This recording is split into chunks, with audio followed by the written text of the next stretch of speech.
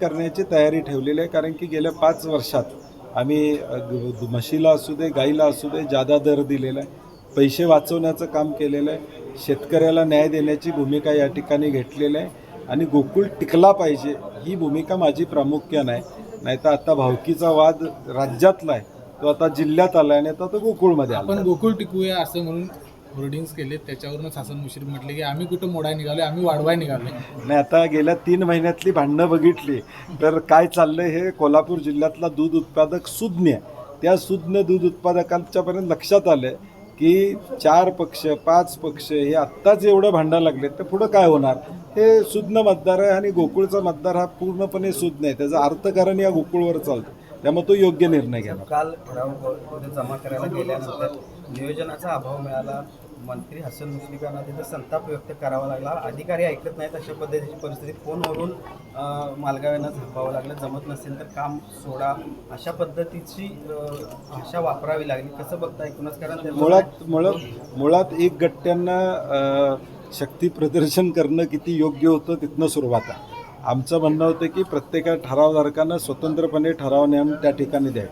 ज्यावेळी तुम्ही 2000 लोक तिथं ठराव घेऊन जाता, त्यांच्यावर आलेले 1000-2000 लोक, एवढी गर्दी होणार आणि गोंधळ होणारच आहे.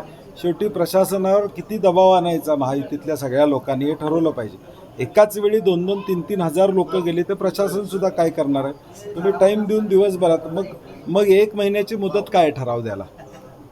1 महिन्याची मुदत, निवडणूक नियमावलीत 1 महिन्याची मुदत कशासाठी की दररोज 100-200 ठराव आले तर महिनाभरात त्या लोकांना त्याची पोच देता येते, त्याचं व्यवस्थितपणे नोंदणी करता येते. ठराव ज्यांना आणला त्याची, आता काल झालेल्या ठरावात कोणी दिला, कुणाची सही आहे, नेमका ठराव दिलेलाच माणसानं दिला का नाही, आता ह्याचा थांग पत्ता लागणार नाही.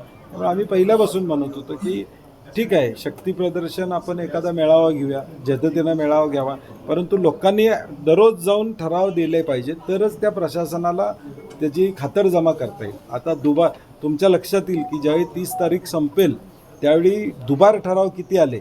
आता आमच्याकडे अशी माहिती आली की जे चूक निवडणूक आयोगानं काय केली, निवडणूक प्रक्रियेनं, की जो फॉर्म काढला ठरावाचा तो कोणी छापून घ्यायला लागले. आता तो छापून घेऊन परत दुबार ठराव करायला लागले. कोण सचिवाच्या सहीनं देते, कोण चेअरमनच्या सहीनं देते. म्हणजे आता किमान 100-200 दुबार ठराव येतील आणि त्याचे वाद कोर्टात त्या ठिकाणी जातील. हे फेल्युअर ऑफ गव्हर्नन्स हा एक पार्ट त्यांचा निश्चितपणे, किंवा त्या ठरावाला एक QR कोड द्यायला पाहिजे होता, जेणेकरून तोच ठराव त्याच डिरीत पोचलेला आणि तो एकच ठराव कायदेशीर, म्हणजे उद्या ह्या दुबार ठरावाचा विषय आला नसता. परंतु हे मुद्दामून केलेलं नाही असं माझं मत आहे.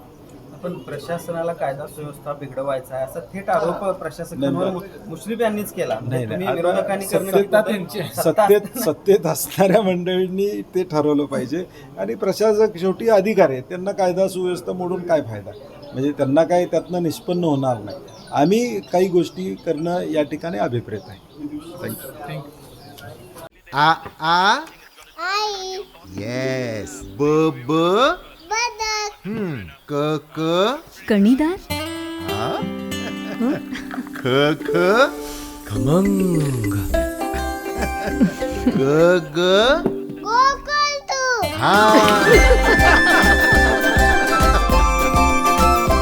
अगदी घरच्यासारखं. कणीदार, खमंग म्हणजेच गोकुळ तूप.